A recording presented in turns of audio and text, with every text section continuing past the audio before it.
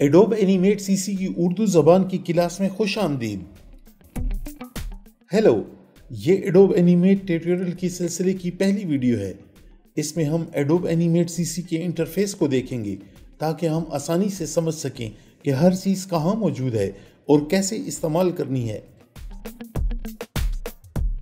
इस वीडियो के इख्तिताम तक आप जान चुके होंगे कि एडोब एनिमेट सीसी क्या है, एनिमेट सीसी के फ़वाइद, एडोब एनिमेट सीसी का इंटरफेस, एनिमेट सीसी के नुकसानात और एडोब एनिमेट सीसी के लिए ज़रूरी सॉफ्टवेयर एंड हार्डवेयर।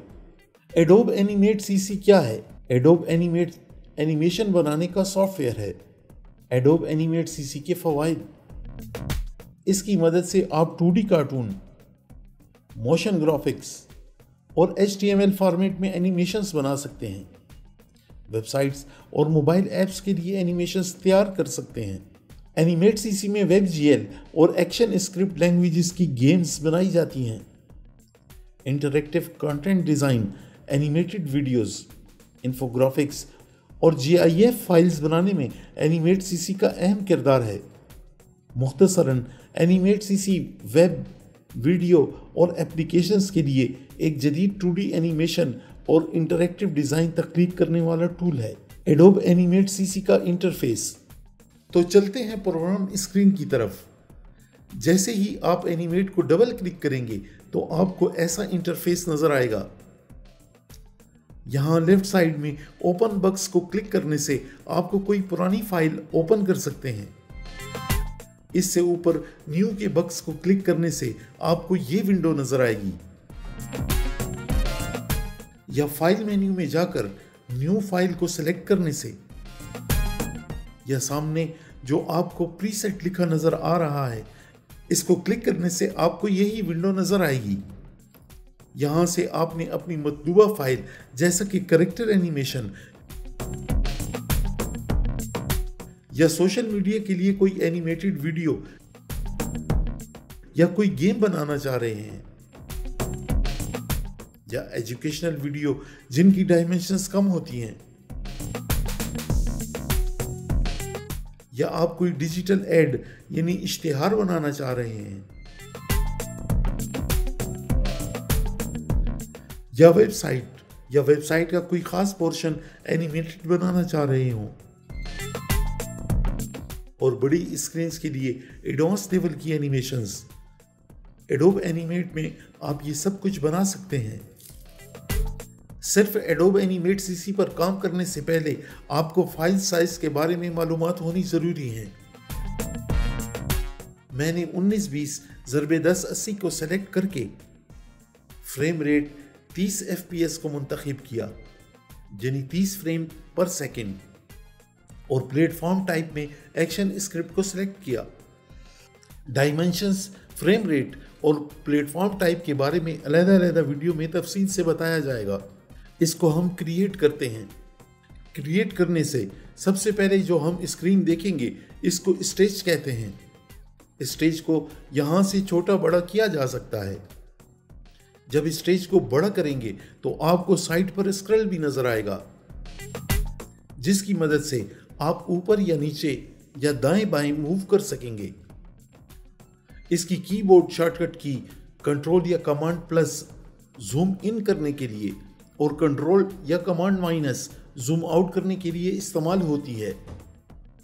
स्टेज पर आप अपनी एनिमेशन के तमाम अनासिर को तरतीब देते हैं। इसको एक कैनवस समझें। जो कुछ आप स्टेज पर रखेंगे वही आपके नाजरीन को एनिमेशन या वीडियो के दौरान नजर आएगा। मिसाल के तौर पर टूल बॉक्स पैनल से रेक्टेंगल टूल सेलेक्ट किया, फिर फिल कलर से कोई कलर सेलेक्ट किया और स्टेज पर ड्रा करने से एक बॉक्स ड्रा हो जाएगा। स्टेज के नीचे टाइमलाइन मौजूद होती है।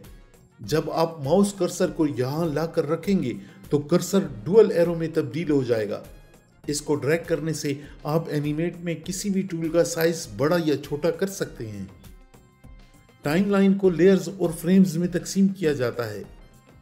ये लेयर 1 है, जबकि इससे आगे फ्रेम्स लगाने के लिए स्पेस दिया गया है। लेयर्स आपके मवाद को मुख्तलिफ हिस्सों में मुनज़्ज़म करने के लिए हैं, जैसे बैकग्राउंड, किरदार और टेक्स्ट। ये तमाम अनासिर लेयर्स में तरतीब दिए जाते हैं, जबकि फ्रेम्स के साथ एनिमेशन के टाइम को कंट्रोल करते हैं। टाइमलाइन के ऊपर टाइमलाइन के लिए ज़रूरी एक्शंस के आइकन मौजूद होते हैं, जिनको हम साथ साथ पढ़ते रहेंगे। सबसे पहले इंसर्ट की फ्रेम। पहले की फ्रेम से 1 सेकंड आगे मुंतखब करके इंसर्ट की फ्रेम को क्लिक करने से लेयर के ऊपर पिछले की फ्रेम से एक नया की फ्रेम बन जाता है। यहाँ ये याद रखना ज़रूरी है कि नया की फ्रेम पिछले की फ्रेम से बनता है। यहाँ हमारी 1 सेकंड की एनिमेशन तैयार हो गई। अब पहले की फ्रेम की ड्रॉ शुदा मवाद को डिलीट करेंगे। कलर बक्स से कलर चेंज करके टूल बक्स से रेक्टेंगल प्रिमिटिव टूल्स को सेलेक्ट करके स्टेज पर ऑप्शन या आल्ट क्लिक करने से रेक्टेंगल सेटिंग की विंडो ओपन होगी। इसमें हम 600 बाई 600 लिखकर इसके कॉर्नर रेडियस को 55 लिखकर ओके प्रेस करने से एक राउंड कॉर्नर रेक्टेंगल बन जाएगा। टाइमलाइन के बिल्कुल नीचे जो स्क्रॉल नजर आता है वो फ्रेम्स की टाइमिंग को कंट्रोल करता है।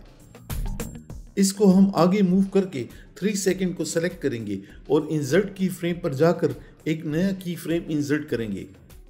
फिर सिलेक्शन टूल को सेलेक्ट करके फ्रेम के मवाद को डिलीट कर देंगे और टूल बक्स में ओवल टूल सेलेक्ट करके इसके डायमेंशंस में 400 मल्टीप्लाई बाई 400 लिख देंगे।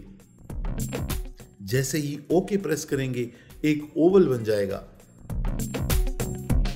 1 सेकंड मजीद आगे जाकर यहां से इंसर्ट फ्रेम या इंसर्ट मेन्यू से टाइमलाइन और फिर फ्रेम को सेलेक्ट करने से हमारी टाइमलाइन पर 1 सेकंड का इजाफा हो जाएगा। अब अगर हम कंट्रोल में जाकर टेस्ट सीन पर क्लिक करेंगे तो हमें हमारी 3 सेकंड की एनिमेशन नजर आएगी। कांग्रेचुलेशंस, आप अपनी पहली एनिमेशन बनाने में कामयाब हो गए। अब हम यहाँ नई लेयर बनाते हैं, तो जैसे ही टाइमलाइन के लेफ्ट बॉटम पर प्लस के निशान पर क्लिक करेंगे एक नई लेयर बन जाएगी। लेयर नेम डबल क्लिक करने से लेयर का नाम तब्दील होता है। हम इसे बैकग्राउंड का नाम देते हैं। फाइल मेन्यू में जाकर फाइल को सेव कर लेते हैं। नई क्रिएट करदा लेयर पर डबल क्लिक करके इसका नाम तब्दील करते हैं और लेयर 1 को एनिमेशन का नाम देते हैं। अब बैकग्राउंड लेयर को ड्रैग करके नीचे ले आते हैं। अब यहाँ लेयर्स के 3 टूल्स को समझना जरूरी है ताकि हम अपनी लेयर्स के साथ आसानी से काम कर सकें। सबसे पहले लॉक, जिसके निशान से जाहिर है कि इससे लेयर लॉक हो जाती है और आप लेयर पर किसी किस्म का काम नहीं कर सकते। इसके साथ एक छोटी सी आंख बनी हुई है जिससे आप अपनी लेयर्स को हाइड या अनहाइड कर सकते हैं। हमने यहां से एनिमेशन वाली लेयर को हाइड किया और बैकग्राउंड वाली लेयर के फर्स्ट फ्रेम पर आकर सबसे पहले राइट साइड पर पैनल से कलर पैनल सेलेक्ट करेंगे। अगर ये पैनल यहाँ मौजूद ना हो तो विंडो मेन्यू में जाकर कलर्स को सेलेक्ट करने से कलर्स पैनल ओपन हो जाता है। यहाँ एक बॉक्स में सॉलिड कलर लिखा नजर आएगा। जैसे ही इसे क्लिक करेंगे कुछ मजीद ऑप्शंस नजर आएंगी जिससे हम लीनियर ग्रेडियंट को सेलेक्ट करेंगे तो आपको यहाँ ग्रेडियंट बॉक्स 2 मूविंग एरोस के साथ नजर आएगा। By default black and white colours का। आप किसी एक एरो पर क्लिक करें और कलर तब्दील कर दें। अब दूसरे एरो पर क्लिक करें और इसका भी कलर तब्दील कर दें। अब टूल्स बॉक्स से रेक्टेंगल टूल को क्लिक करें और स्टेज पर आकर ऑप्शन या ऑल्ट को पकड़कर क्लिक करेंगे तो रेक्टेंगल सेटिंग के नाम से विंडो ओपन होगी। इसमें विड्थ में हम 19-20 और हाइट में 10-80 लिखकर ओके को प्रेस करने से हमारे सामने एक खूबसूरत ग्रेडियंट कलर का बॉक्स ड्रॉ हो जाएगा। राइट साइड पर अलाइन पैनल पर क्लिक करें, अलाइन टू स्टेज को चेक मार्क करें और हॉरिजॉन्टल सेंटर और वर्टिकल सेंटर को प्रेस करने से हमारा बैकग्राउंड बॉक्स स्टेज के एंड सेंटर में आ जाएगा। कंट्रोल मेन्यू में जाकर टेस्ट स्क्रीन से एक मुकम्मल एनिमेशन नजर आएगी। एनिमेट सीसी के तारुफी वीडियो में अब देखते हैं पैनल्स। पैनल्स एनिमेट सॉफ्टवेयर में राइट साइड पर नजर आते हैं। राइट साइड पर प्रॉपर्टीज पैनल, लाइब्रेरी पैनल और दूसरे जरूरी पैनल्स होते हैं, जिसमें अलाइन पैनल भी मौजूद होता है।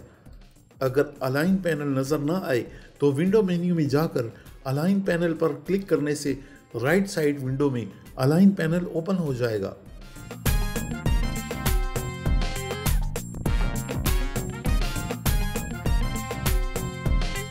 एडोब एनिमेट सीसी के नुकसानात। एनिमेट चलाने के लिए ज्यादा रैम और प्रोसेसर चाहिए।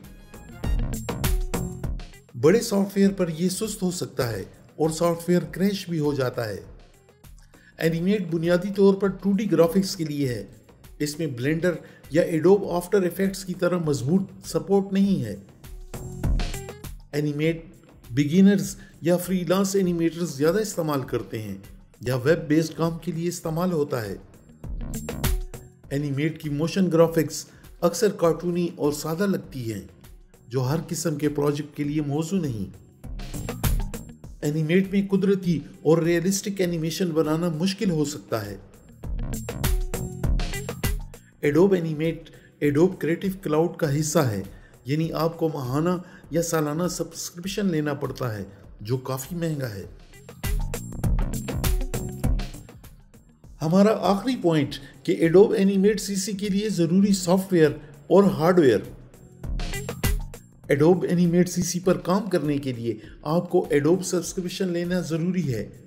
क्रैक्ड वर्जन बिल्कुल काम नहीं करता, बल्कि क्रैक्ड वर्जन ओपन होते ही एरर देता है और क्लोज हो जाता है। चूंकि एडोब एनिमेट सीसी का तमाम काम स्क्रीन ग्राफिक्स और पेचीदा एनिमेशंस पर मुश्तमिल होता है, इसलिए एडोब एनिमेट के लिए आला क्वालिटी का कंप्यूटर सिस्टम होना बेहद ज़रूरी है। अगर आप विंडोज़ यूज़र हैं तो कम से कम 7th जनरेशन सिस्टम, जो कि 32 GB रैम और 4 GB ग्राफिक्स कार्ड पर मुश्तमिल हो। मैं बजाते खुद मैकबुक इस्तेमाल करता हूँ, इसलिए मेरे पास मैकबुक 2019 i9 है, जिसमें 32 GB रैम और 4 GB ग्राफिक्स कार्ड लगा हुआ है। ये थी एडोब एनिमेट सीसी की पहली क्लास। Library, toolbox, frame by frame animation, tuning, symbols और मजीद एडवांस ऑप्शंस के साथ अगली वीडियोस में मिलते हैं। उम्मीद है कि आपके जहन में बहुत कुछ क्लियर हो गया होगा। एडोब एनिमेट सीसी के बारे में सवाल कमेंट्स में पूछ सकते हैं। वीडियो देखने का शुक्रिया। अल्लाह हाफिज।